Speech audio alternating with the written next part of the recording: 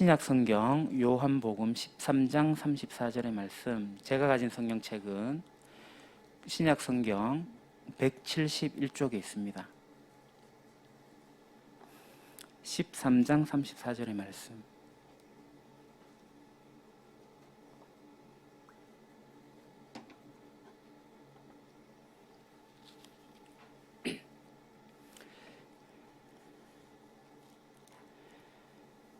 연이어 2번 같이 봉독하도록 하겠습니다. 새 계명을 너희에게 주노니 서로 사랑하라. 내가 너희를 사랑한 것 같이 너희도 서로 사랑하라.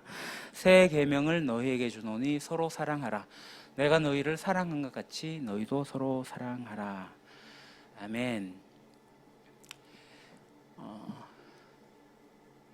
우리가 성령을 선물로 받았습니다. 그리고 예수님을 따르게 돼요.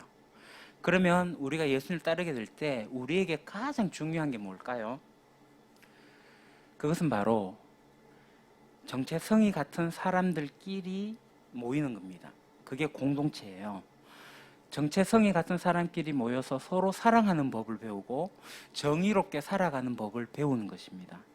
여기서 이제 정체성이 같다. 같은 정체성이라는 것은 뭐냐면 이미 시작되어진 하나님 나라, 그리고 앞으로 완성되어질 그 하나님 나라에 속해가지고, 그래서 우리가 동일한 주님을 섬기고 동일한 성령님의 다스림을 받으면서 살아간다. 이게 이제 같은 정체성인 거예요. 이 공동체의 가장 중요한 특성이 있는데, 그것은 뭐냐면 이 공동체의 주인이신 하나님과 같은 겁니다. 그러니까 하나님이 사랑하시니 우리도 서로 사랑하는 겁니다. 공동체의 특성은 사랑입니다. 오늘 예수님이 자신을 따르는 제자들에게 이렇게 말씀하셨어요. 이제 난 너에게 새 계명을 준다. 서로 사랑하여라. 내가 너희를 사랑한 것 같이 너희도 서로 사랑하여라. 여기서 서로 사랑하여라 라는 계명은 사랑의 하나님께서 우리 인간에게 요구하시는 단 하나의 기대입니다. 수많은 계명이 있지만 새로운 단 하나의 계명, 서로 사랑해라. 그러니까 서로 사랑한다는 게 뭐예요? 우리는 자기 중심성에 빠져가지고 그렇게 살아갔어요. 근데 이제는 내가 중심이 아니라 하나님 중심이 되셨어요. 그 중심에 하나님을 모시고 나니 하나님을 예배하고 나면 사랑하기 시작하게 되는 거예요. 그래서 사랑하는 일은 자연스럽게 일어나게 됩니다. 하나님을 알게 되면. 자신에게만 꽂혀있던 그 관심이 주변 사람에게 이동하기 시작하고 자기 중심성을 극복하면서 이웃 사람들을 사랑하는 법을 배워갑니다. 그러니까 하나님께 받은 사랑이 선명해지고 나면, 그것이 깊어지고 나면 하나님 나라에 속한 사람들과 그 공동체가 가지고 있는 특징은 그 사람과 그 사람의 공동체가의 주인이신 하나님을 닮아가는 건데 바로 사랑이에요. 우리 하나님은 사랑이시기 때문에 그래요. 그렇다면 서로 사랑한다라고 하는데 이 서로 사랑한다는 게 뭐예요? 무조건 다 받아주고 무조건 다 용납하고 용서해 주는 겁니까? 여기서 너희를 사랑한 것 같이, 내가 너희를 사랑한 것 같이 라는 이 말은 단지 어떤 희생을 해라 그런 것을 강조하는 얘기가 아닙니다. 자, 예수님이 사랑을 하셨는데 어떻게 사랑하셨어요? 예수님은 우리를 심판하러 오신 메시아예요. 우리 죄를 심판하러 오셨다니까요. 그럼 메시아이신 예수님이세요. 예수님이 정의로운 심판을 하러 오셨는데 사랑의 이름을 강구하지 않으셨던 거죠. 그러니까 오직 정의로운 심판을 당신이 대신 받으신 거예요. 그걸 통해 가지고 사랑을 드러내신 겁니다. 내가 죽기까지 사랑하는 거예요. 그렇기 때문에 우리의 사랑은 진리와 정의에 기초해야 됩니다. 그냥 사랑하는 게 아니라 진리 가운데 사랑해야 되고 정의 가운데 사랑해야 돼요. 바울이 이것을 너무나도 정확하게 이해했기 때문에 이렇게 말합니다. 에베소서에서 사랑 가운데서, 사랑 안에서 진리를 말하라. 예수님의 사랑을 배우기 위해 가지고 우리는 판단하기보다는 먼저 이해하고 공감해야 됩니다. 그걸 배워야 돼요. 서로의 상황, 기쁨, 감사, 그것은 물론이거니와 아픔이 있고 고통이 있는데 그거조차도 우리가 공감해주고 아파하고, 그리고 내가 수치를 가지고 있는데 이 수치까지 나누어지게 될 때 비밀이 확산되어져 가지고 내 수치가 막 드러나는 게 아니라 그 수치까지도 비밀로 감싸주면서 공감해주고 포옹해주는, 그래서 수치를 나눌 수 있는 안전한 공동체. 함께 아파하면서 공감할 때 격려하는 공동체. 이 사랑이 있어야지 격려가 되는 거예요. 사랑을 나누지 않은 상태에서 격려하게 되면 어떻게 되냐면 격려라는 가면을 쓰고 요구하는 경우가 생깁니다. 그러니까 아픔과 어려움들을 공감하면서 정말 하나님 나라 백성답게 살 수 있도록 서로 돕는 것이 진짜 격려하는 거예요. 이런 격려는 말로 하는 게 아니죠. 사랑과 시간을 나누어야 돼요. 물질을 나누어야 돼요. 그래서 구체적으로 표현하는 겁니다. 물론 공감과 격려만 필요한 게 아니죠. 우리가 사는 세상 속에서 우리가 알지 못한 사이에 이 세상의 가치관에 매여서 살아가거든요. 삶의 방식이 세상적일 수밖에 없어요. 그러다 보니까 혼돈 있고 유혹이 있습니다. 그러나 우리 진정한 그리스도인 공동체는 서로를 지키기 위해서 경계를 하게 되는 거죠. 그럴 때 격려라고 하는 겁니다. 가르치고 권면하는 수준이 아니라 함께 살아가는 가운데 같이 손잡고 가보자고 격려하는 거예요. 하나님 나라가 완전히 임할 때까지 우리는 비진리 가운데 살아가거든요. 유사진리 가운데 살아가거든요. 그것과 끊임없이 맞서서 싸워야 하기 때문에 공동체 안에서 격려하는 거예요. 너 할 수 있어. 이겨낼 수 있어. 힘들지만 우리 같이 가보자. 이런 격려가 있는 거예요. 그래서 그 힘들한 이들에게 나의 시간을 허비하는 거고 내가 가진 물질을 허비하는 겁니다. 그게 구체적인 공동체, 구체적인 사랑이에요. 그러다 보니까 우리 그리스도인들이 해야 할 일인데 그게 뭐냐면 이 세상을 공부하는 겁니다. 왜 세상을 공부해야 되냐면 소극적으로는 자기 자신을 지키기 위해서고 또 그래서 이 세상과의 경계를 명확하게 알기 위해서입니다. 적극적으로는 이 세상 속에서 자기의 삶터에서 일터에서 하나님의 나라의 일을 도모하기 위해서 이 세상을 공부해야 됩니다. 이를 위해서 우리들은 서로 지원을 하는 거예요. 각자의 사명을 발견하고 각자의 몫을 잘 감당하도록 개인적으로 공동체적으로 도와가는 거죠. 이게 사랑하는 겁니다. 사랑합니다 말 한마디로 해갖고 사랑하는 게 아니에요. 이런 일들을 해야지 사랑이 되는 거예요. 공감하고 격려하고 이 지원하는 거, 이게 사랑입니다. 예수님께서 사랑하신 것처럼 사랑하려면 말랑말랑한 입에 발린 그런 사랑이 아니라 세상을 이길 강인하고도 지혜로운 사랑을 해야 되는 거예요. 이러한 사랑은 예수 믿는다고 해서 바로 하루아침에 되는 일은 아닙니다. 우리가 하루아침에 어떤 실행을 할 수 있는 것도 아닙니다. 배우셔야 돼요. 그것을 익히셔야 돼요. 시행착오를 거듭하면서 예수님께서 그 보이신 사랑을 우리가 정의로우면서도 지혜로운 사랑을 우리가 해나갈 수가 있습니다. 이런 사랑을 어찌 홀로 불안한 환경 속에서 할 수 있겠습니까? 그래서 교회 공동체가 필요한 거예요. 교회는요, 바로 이러한 삶을 배우고 살아가는 사람들의 공동체고 바로 그것을 훈련하는 훈련소입니다. 그래서 교회를 사랑의 훈련소라고 하는 거예요. 이러한 사랑이 교회 공동체 안에서 상식이 되어지면은 그것이 교회의 문화가 되어지게 되면은 우리는 비로소 이 세상을 위해서 하나님의 대안 공동체가 되는 거예요. 우리가 하나님의 대안 공동체를 하자. 사랑 없이 그것이 불가능한 거예요. 그렇다면 하나님 나라를 받아들인 사람들은 이 대안 공동체를 만들어가지고 그 속에 숨어서 자기들끼리 사랑하고 자기들끼리 공감하고 자기들끼리 격려하고 자기들끼리 지원하고 그렇게 살아가면 될까요? 그게 전부일까요? 앞서 세상을 공부한다라고 말씀을 드렸는데 세상에서 자기의 몫을 감당하고 또 그것을 지원한다는 그 말을 우리가 기억을 해야 돼요. 하나님 나라의 백성은 바로 이 세상 속에서 살아가는 거예요. 세상 속에서 어떠한 삶을 살아야 할지 예수님께서 선명하게 가르치셨거든요. 너희는 세상의 소금이다. 소금이 짠맛을 잃으면 무엇으로 짠맛을 내겠냐? 그러면 아무 데도 쓸 데가 없으므로 바깥에 내버리니 사람들이 짓밟을 뿐이다. 너희는 세상의 빛이다. 산 위에 있는 동네가 숨길 수 없다. 그러니까 우리가 하나님 나라에 속한다라는 것은 하나님의 다스림을 받는다는 것이고 그래서 내가 변화하기 시작한다는 것입니다. 내가 변화하고 내가 성장하려면 당연히 이러한 일을 모르는 그러한 삶을 사는 이들에게 그들을 돕고 싶은 마음이 드는 게 당연하죠. 실제로 그러한 시도를 하는 것이 하나님 나라에 속한 사람들이에요. 작은 일이라도 내가 할 수 있는 일들을 찾아가지고 하나님 나라 이 대한 공동체에 속한 사람들이 그들을 돕기 시작하는 것, 그것이 교회의 특징입니다. 자격 없는 자들이 자신이 누리는 그 복에 겨워하면서도 과거 자신의 처지에 있었던, 처지와 비슷했던 그 사람들을 나 몰라라 하는 것이 아니라 도와주는 거죠. 이 나 몰라라 하는 것은 거의 반인륜적인 겁니다. 그러니까 우리가 이미 시작된 하나님 나라에 들어갔다라는 것을 오해하시면 안 되는데, 기도 열심히 해라, 성경 열심히 읽어라, 예배 빠지지 말라, 이런 거하고는 다른 얘기입니다. 그걸로는 충분하지가 않아요. 물론 하나님 나라에 속한 사람들이 기도도 하고 예배도 하고 하긴 하지만 그걸로 충분하지가 않아요. 하나님 나라의 새로운 일원이 되어서 공동체에 속하게 되면은 자신이 속한 공동체에서 정의의 기초에서 사랑하는 법을 배우기 시작하는 거예요. 사랑하는 면에서 성장해 나갑니다. 내가 지난번에 사랑이 작았다면 더욱더 사랑이 커져 나간 사람으로 바뀌어가는 거예요.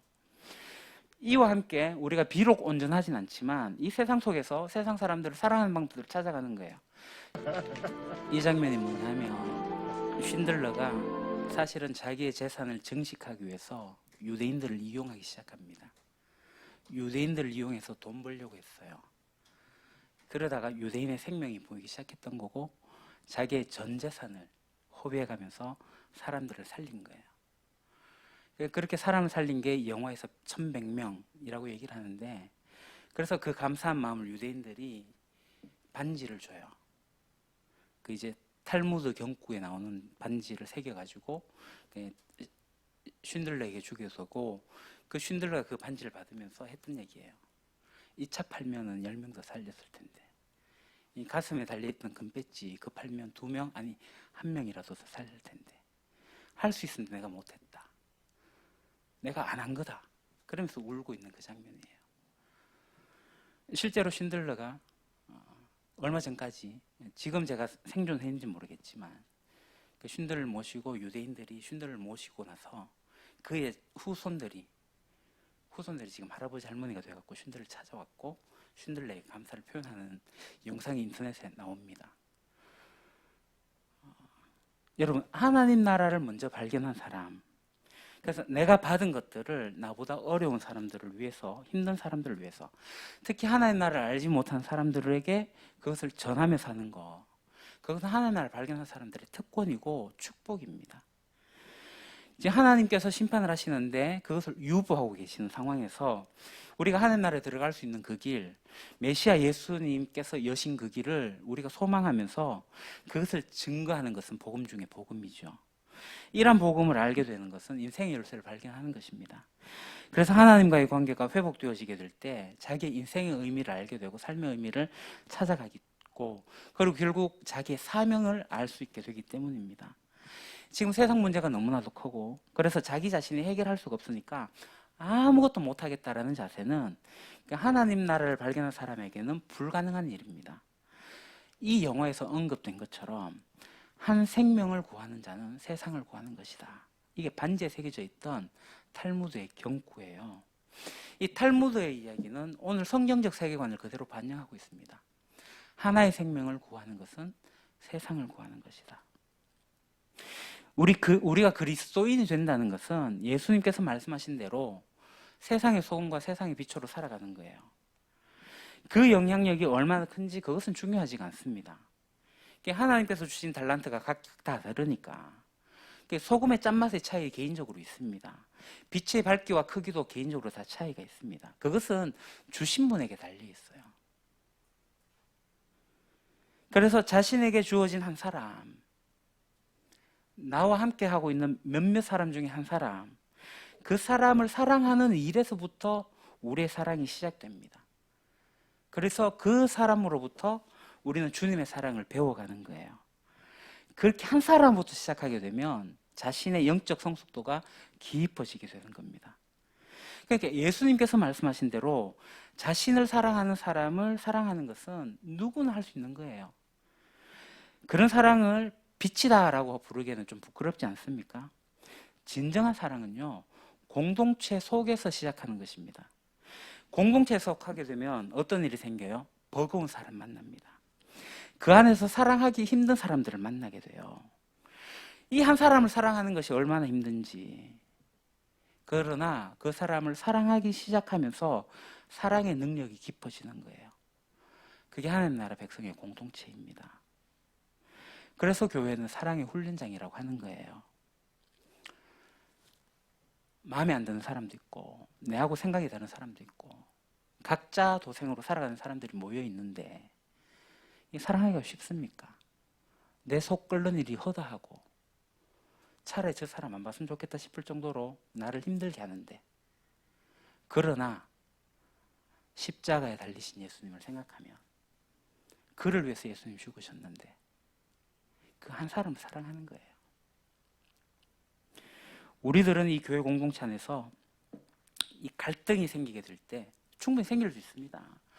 갈등이 생길 수 있습니다. 그러면 그 갈등하는 사람들을 어떻게 사랑할 것인가를 배우셔야 돼요. 갈등을 잘 푸셔야 됩니다. 그리고 그렇게 준비된 사람들이 이 세상에 들어가서 사랑 없는 곳에서 하나님의 사랑을 흘려보내는 거예요. 결국 하나님 나라 백성이 됐다는 것은 이 세상을 회복하고 이 세상을 치유하시는 그 하나님의 사역에 동참한다는 것입니다. 하나님의 지금 심판이 유예되어 있잖아요. 그 유예된 기간 동안에 하나님께서 마지막 날 완전하게 세상을 회복할 그날이 올 때까지 지금 우리들에게 주어진 것들로 자신에게 주어진 사람들을 향해서 자기의 소임을 다하면서 사랑하며 살아가는 거예요. 처음엔 다시 말씀드리지만 여러분, 저 다 사랑할 수가 없습니다. 우리 교회의 어떤 누구 능력의 지도자라도 진짜 세밀하게 모든 사람을 사랑할 수가 없어요. 처음에 한 사람으로 시작하십시오. 한 사람을 사랑하는 일에서 시작해야 됩니다. 그래서 사랑의 하나님 우리를 이끄시는 대로 각자에게 주어진 부르심을 따라가지고 우리가 사는 세상의 한 부분, 빛으로 살아가는 거고 또 부패를 막아는 소금으로 살아가는 거예요. 자신의 행복을 위해서 살아가고 자신의 성공을 위해서 살아가고 이 세상 사례에 빠져가지고 이 세상 사례에 매진하던 사람이 자신이 잘하는 것과 하고 싶은 일들 속에서 하나님의 부르심을 찾기 시작하면서 자기의 달란트를 거기에 사용하기 시작하는 겁니다. 그럴 때 관심이 있고 자신과 관련된 영역이 있어요.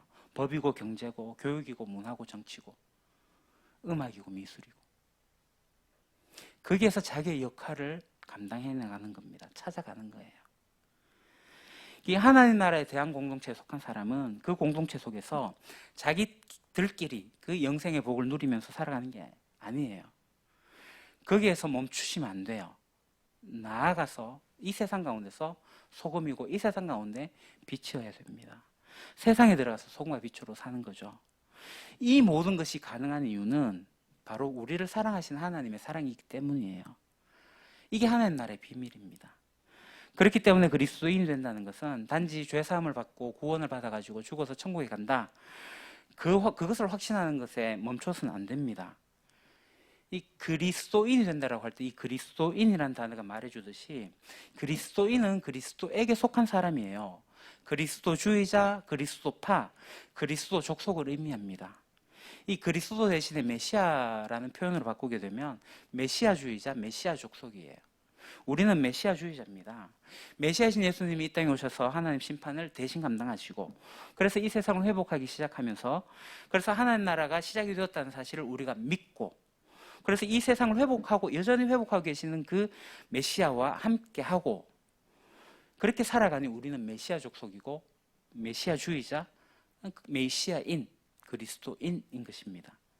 그 메시아가 구원의 길을 여셨고 그래서 구원받은 자들을 통해 가지고 시작하신 이 세상을 회복하는 일을 계승하는 자들이 바로 우리 그리스도인이에요. 그 그리스도인들이 모인 공동체가 교회입니다. 그래서 건강한 교회에 속하는 거 매우 중요합니다. 신앙생활 초기는 물론이거니와 이 신앙생활을 하다가 이제 성숙해지게 되면 혼자 기도하고 혼자 성경 읽고 혼자 신앙생활하는 것은 거의 사실상 불가능에 가깝습니다.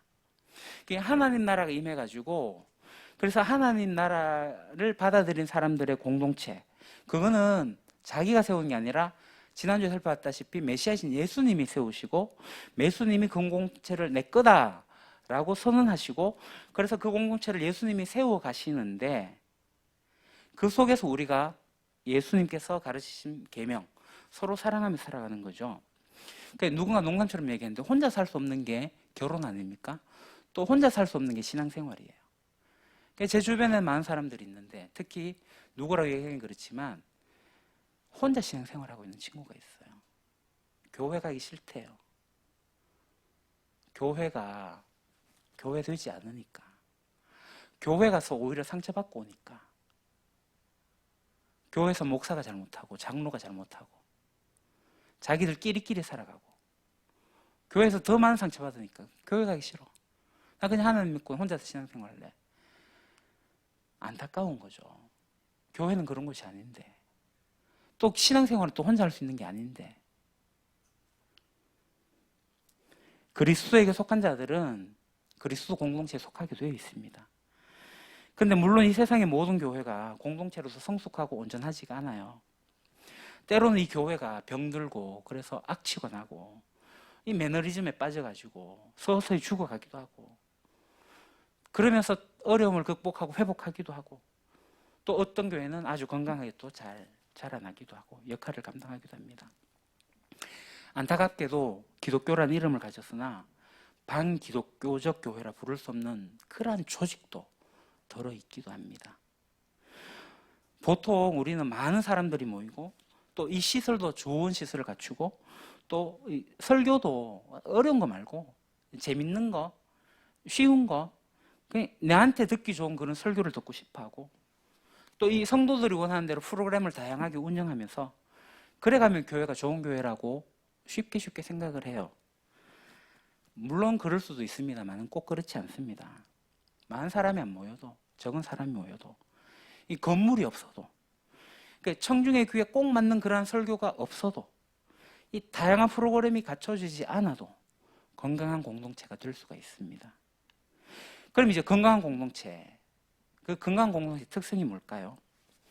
다시 한번 강조하지만 이 공동체는 진리와 사랑을 기초해야 됩니다. 즉 예수 메시아가 가르쳐 주신 진리, 그가 보여주신 사랑, 그것이 이 공동체의 기초고 삶의 모습이에요. 그래서 지금까지 제가 말씀드린 대로 이 건강한 공동체일수록 하나님께서 자신들을 하나님 나라 백성이 되게 하시려고 무엇을 했는지에 일단 먼저 선명하게 초점을 맞춥니다. 그래서 진리를 선명하게 이해하고 나면은 서로 사랑하는 삶을 만들어내요. 세상의 어떤 교회 공동체도 지금 완전하지 않지만 바른 진리에서 기초하고 그래서 성장하는 것은 매우 중요합니다. 여러분들은 어떻게든 간에 하나님 나라의 복음을 진리로 받아들였습니다. 또는 어떤 사람은 지금 진리를 받아들일까 말까도 고민하고 있을 거라고 봅니다. 그 진리를 우리가 만약에 받아들였다면 우리가 해야 할 일은 공동체에 속하는 거예요. 그냥 교회 다니는 거 아닙니다. 공동체에 속하는 겁니다. 그러니까 내가 속해야 될 공동체가 건강한지를 살펴보셔야 돼요. 그래서 우리 교회는 누구라도 와도 되는 공동체지만 아무나 오는 공동체가 못 됩니다. 결혼을 아무나 하고 갈 수 있나요? 아니요. 같은 생각과 같은 마음과 같은 뜻을 품는 그게 뭐죠? 진리에 기초하여서 살아가는 그게 맞게 될 때 정말 우리 건강 공동체 한번 내가 만들어 보겠다 하면서 같이 가는 거예요. 거기에 동의해야지 우리 교회 공동체에 들어올 수 있는 거예요. 왜 우리가 수많은 교회 중에서 이렇게 모여서 함께 예배드려요? 우리가 진짜 하나님께서 원하시는 건강 공동체 만들어 보려고 하나님께 우리가 집중해 보려고 그 진리와 그 사랑에 우리가 집중해 보려고 모이지 않습니까? 여전히 부족합니다. 저도 부족하고 그래서 우리가 사랑을 배워가는 거 아닙니까? 그래서 여러분들이 진짜 건강 공동체에 속하는 거 매우 중요합니다. 저는 이렇게 얘기합니다. 물론 우리 권사님들하고 우리 장로님 마음에 좀 그렇지 모르겠지만 만약 우리 교회 공동체가 건강하지 않다면 진리 속에서 벗어나 있다면 딴 교회 찾아가십시오. 그러나 우리 교회가 진리를 찾아가고 정말 사랑하려고 몸부림치고 있다면 우리 교회에서 함께 사랑합시다. 함께 진리를 찾아갑시다. 그래서 건강한 교회 공동체 찾는 것은 매우 중요합니다. 과거에 태어난 지역에서 살던, 평생을 그 지역에 살던 시대는 교회를 선택할 이유도 없고 걸을 겨를도 없지만, 지금 현대와 같이 이동이 되게 쉬운 지금의 사회 문화 속에서는 교회 공동체도 선택할 수가 있습니다. 기도하면서 하나님 인도를 받아야 됩니다.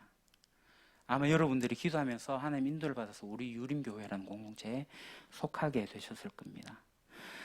그래서 우리는 잘 성장하면서 메시아 족속다운 풍모를 풍겨낼 수 있도록, 우리가 소금과 빛의 사명을 잘 감당할 수 있도록, 그래서 우리를 이끌어 줄 수 있는, 아니 그렇게 이미 살아가고 있는 먼저 된 이, 그 먼저 된 일을 우리가 보고 배우면서 살아가는 거예요. 그런 공동체가 매우 중요합니다. 그래서 제가 교회 지도자를 함부로 세울 수가 없는 거예요. 사랑과 헌신이 뒷받침되지 않은 지도자가 오히려 자기의 권력을 이용하고 자기의 목소리를 내고 있는 교회 지도자, 그 교회가 되면 안 되니까 우리 교회 지도자는 진짜 사랑하고 진짜 진리에 기초한 그런 사람이어야 되니까, 그래서 그것을 잘 이끌어갈 수 있는 교회 공동체에 속하는 것은 매우 중요합니다. 제가 지난번에 말씀드린 것처럼 우리 교회가 건강한 교회다 라고 단언하지는 못하겠지만, 그러나 우리 교회는 그것을 추구하며 나가는 교회는 분명합니다. 그래서 우리가 건강한 교회로 나가기 위해서 필요한 것이 있는데요, 그건 뭐냐면 나를 이끌어 줄 수 있는 이끌미가 있는가, 그리스도인으로 살아가는 삶의 사는 모습들을 보여줄 수 있는 이끌미가 있는가, 우리들의 신앙의 선배들이 그 길을 잘 걸어가고 있는가, 교회의 지도자가 잘 섬기고 있는가. 그걸 위해서 우리는 최소의 공동체가 필요합니다. 최소의 공동체의 숫자는 둘입니다. 나와 너가 만나면 공동체가 돼요. 그래서 예수님께서 2-3사람이 모인 곳에 내가 함께 있다 라고 말씀을 하셨어요. 그래서 이 작은 공동체가, 2-3사람의 공동체가 이 큰 교회의 기초를 이루게 될 때 교회가 건강하다고 할 수 있습니다. 자, 큰 교회를 작게 쪼개는 것은 무의미합니다. 우리 교회가 큰 교회는 아니지만 이 교회를 작게 쪼개면서 조직을 만드는 것은 건강하지 못해요. 바꾸셔야 됩니다. 작은 공동체로부터 시작해서 연합하는 공동체를 만들어가는 겁니다. 이게 교회의 태생입니다. 그래서 제가 소그룹을 굉장히 중요시 여기고, 그 소그룹을 가기 위해 가지고 우리가 분반 모임을 하는 거예요. 작은 소그룹에서. 저는 교회가 3-3-5 모일 수 있다고 생각합니다. 그 3-3-5 모이는 공동체로부터 시작을 해서 그 사랑이 이웃 공동체, 옆에 있는 공동체에게 선하게 영향을 미쳐가면서 연합하는 공동체를 만들어가는 거예요. 그럼 이 작은 소그룹의 공동체에서 무엇을 해야 되느냐? 먼저 된 이끌미들이 하나님 나라의 복음의 삶을 살아가게 될 때 그것을 보고 배우고 따라가는 거예요. 매주 정해진 시간에 만나가지고 서로의 영적 여정을 격려하기도 하고, 새롭게 배워가는 삶의 방식들을 훈련해 보기도 하고, 적용해 보면서 잘 됐네, 못 됐네, 안 되네 같이 기도하면서 그렇게 서로를 후원하는 관계가 매우 소중합니다. 그래서 우리가 1대1에 주목을 하고 있는 거예요. 그래서 둘이서 함께 걸어가기 시작하면은 둘 속에 임하시는 성령님의 인도하심이 있어가지고 살아가게 돼요. 그것이 2000년 동안 이 기독교가 걸어왔던, 예수님을 따랐던 사람들의 삶이었습니다. 이러한 첫걸음을 위해 가지고 우리가 풍삼초도 하고 풍삼첫도 하고 풍삼기도 하는 거예요. 그래서 풍삼초를 받아들인 사람들은 풍삼첫으로 넘어가면서 어떻게 자라가야 되는지, 어떻게 아기가 태어나서 이유식을 먹게 되는지 그 훈련들을 하기 시작하는 거예요. 그러면서 하나하나 배워가는 거죠. 누구를 통해서요? 먼저 걸어간 이끌미들을 통해서, 신앙의 선배들을 통해서. 근데 여러분 한번 생각해 보십시오. 타교회 다닐 때 이곳에 많이 오셨을 거예요. 여러분들이 교회 다니게 될 때 여러분들 누가 이끌어 주셨나요? 교회 프로그램에서 새가족 공부, 길면 6개월, 짧으면 한 달, 어떤 경우는 그 새가족 교육도 없습니다. 그냥 교회만 와. 그래 교회 1년, 2년 다니고 뭐 헌금도 하고 그러다 보니까 봉사를 시키죠. 너 교회학교 교사 한번 해봐. 너 성가대 한번 해봐. 이 일이 맡겨져요. 근데 잘하진 않았는데. 근데 시키니까 또 합니다. 그렇게 성장해도 돼요. 저는 그렇게 성장할 수 있다고 봅니다. 근데 그 태어날 때부터 태어났으면 교회는 이런 거야. 교회는 이렇게 사랑하는 거고 하나님 사랑 이렇게 받으면서 먹고 자라는 거야. 그렇게 자라나면 자연스럽게 교회 일을 하기 시작하는 거예요. 교회가 보이기 시작하는 거예요. 아, 교회 이런 부분이 내가 해야 되겠구나. 교회 학교가 필요한데 내가 교사로 봉사해야 되겠구나. 성가대가 필요한데 내가 성가대 해야 되겠구나. 자라나면 하게 돼 있습니다. 근데 일반 교회들은 교회만 좀 다니면 해요. 물론 그게 나쁜 건 아니에요. 제 친구가 경주제일교회에서 제가 이제 있을 때 이제 교회를 오게 되었고 이제 5주간의 새가족 양육을 받고 교회를 그냥 다녔어요. 3년쯤 다니니까 성가대 하라 그러나고 하면서 성가대를 했어요. 자, 지금 한 7년쯤 되니까 교사하라고 해가지고 교사를 한 거예요. 지지난주에 토요일에 전화가 와가지고 최 목사님, 내 교회학교 교사를 하게 됐는데 우리 반 애들 기도를 해줬는데 기도 어떻게 해야 되는지 모르겠다. 기도문 보낼 테니까 손 좀 봐줘. 교회를 7년 다닌 친구가 교사 일을 처음 하면서 참 감사하긴 했어요. 근데 저는 조금 속상했어요. 교회를 7년이나 다녔는데 기도를 물론 기도에 대한 공포가 없지 않아 있는 건 압니다만은 7년이면 어느 정도는 할 수 있어야 되지 않을까라는 제 욕심인 거죠. 물론 교회에서 그게 가능해요. 그나마 그렇게 해가지고 자라나고 있는 것도 저는 참 감사해요. 근데 정말 이 친구를 잘 이끌어준 누군가가 있었다면 좀 더 잘 자라나지 않았을까? 좀 더 자기의 역할을 감당해내지 않았을까? 이게 지금 한국교회의 실상인 거죠. 나름 시스템이 잘 갖춰져 있는 거기조차도. 그래서 이 한 명이 이끌어내는 일은 매우 중요합니다. 그래서 우리가 이제 풍삼처스를 하게 되고 그렇게 자라나기 시작해요. 자라나다 보면은 하나님을 알아가게 되고 하나님에 대한 깊이가 지식하고 공동체를 알아가게 되고 그래서 이 세상이 보이기 시작하는 거죠. 세상을 알게 되고 나를 알게 되고 하나님을 알게 되면은 자기가 그것을 믿음으로 반응하게 될 때 일할 힘이 생겨나게 돼요. 그 힘이 생겨나게 될 때 우리가 하는 게 풍삼기입니다. 그러니까 기초 파운데이션을 잘 깔아놓는 거예요. 기초를 잘 체계로 잡아놓는 거예요. 그게 풍삼기입니다. 그러니까 일하기 위해서 풍삼기를 하는 게 아니라 내가 잘 자라나다 보면은 그러한 일을 할 수 있게 되고 그러한 것들을 내가 배우면서 익혀가면서 어떤 기초를 든든하게 세워나가는 것이 풍삼기예요. 이게 목사의 설교로 되어지는 게 아닙니다. 그 일을 먼저 걸어간 사람이 나 이렇게 살아가고 있어. 한번 따라와봐. 우리 같이 한번 따라가 보자. 라면서 1대1로 시작을 하는 게 풍삼기입니다. 그렇게 훈련을 하는 거예요. 자, 2000년 전에 기독교 공동체는 건물도 없었고 목사도 없었고 교회도 없었고 교회는 있었고 신학교도 없었고 어쩌면 신약 성경조차도 없었던 그 상태에서 예수님에 대해서 구전을 들었고 사도들의 편지를 보면서 구약 성경을 가지고 하나님을 예배하면서 진실한 공동체를 형성을 했습니다.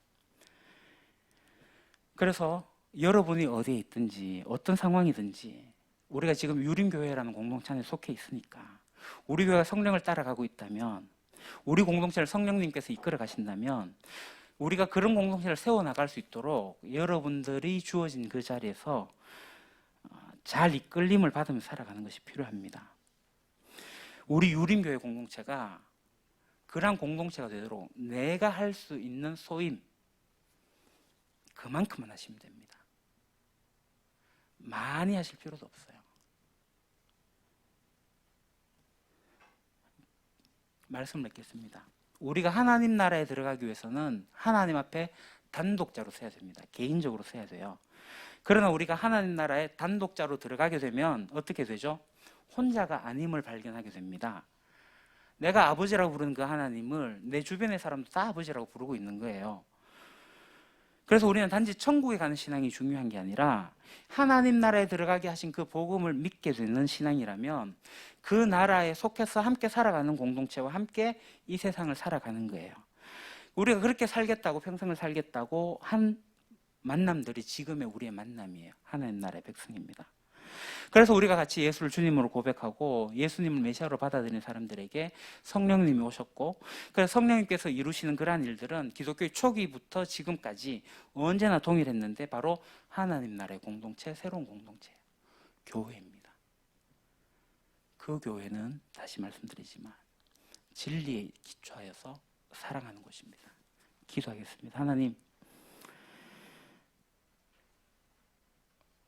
우리가 이 세상을 직면하고 또 나를 직면하면서 하나님이 이 세상 가운데서 어떻게 행하실 것인가에 대한 것들을 알게 되고, 그래서 메시아 예수로 인하여서 하나님 나라에 갈 수 있는 길이 열려 있음을 우리가 알게 되었습니다. 그래서 예수를 메시아로 고백하고 나의 주로 고백하며 나아가니 성령님께서 우리와 함께 하셔서 나와 함께 할 수 있는 공동체를 만들어 주셔서 감사합니다. 우리 유림교회가 자라나고 있는 공동체이긴 하지만 정말 하나님 나라를 이 땅 가운데 심어내는 교회, 이 땅에서 우리가 묶으면 하늘에서도 묶이고 이 땅에서 풀면 하늘에서도 풀리는 놀라운 비밀을 간직하는 교회, 그래서 진리 가운데 서로 사랑하는 교회 되기를 원합니다. 그래서 먼저 된 자가 나중된 자를 잘 이끌어내고 더불어 함께 손잡고 하나님 나라를 걸어갈 수 있도록 우리 교회가 진리에 기초한 사랑의 교회 되게 해주십시오. 예수님 이름으로 기도합니다. 아멘.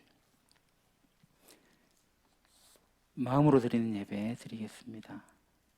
주보 뒷면에 QR코드가 있는데요. 그 QR코드를 찍어서 기록해 주시면 되겠습니다.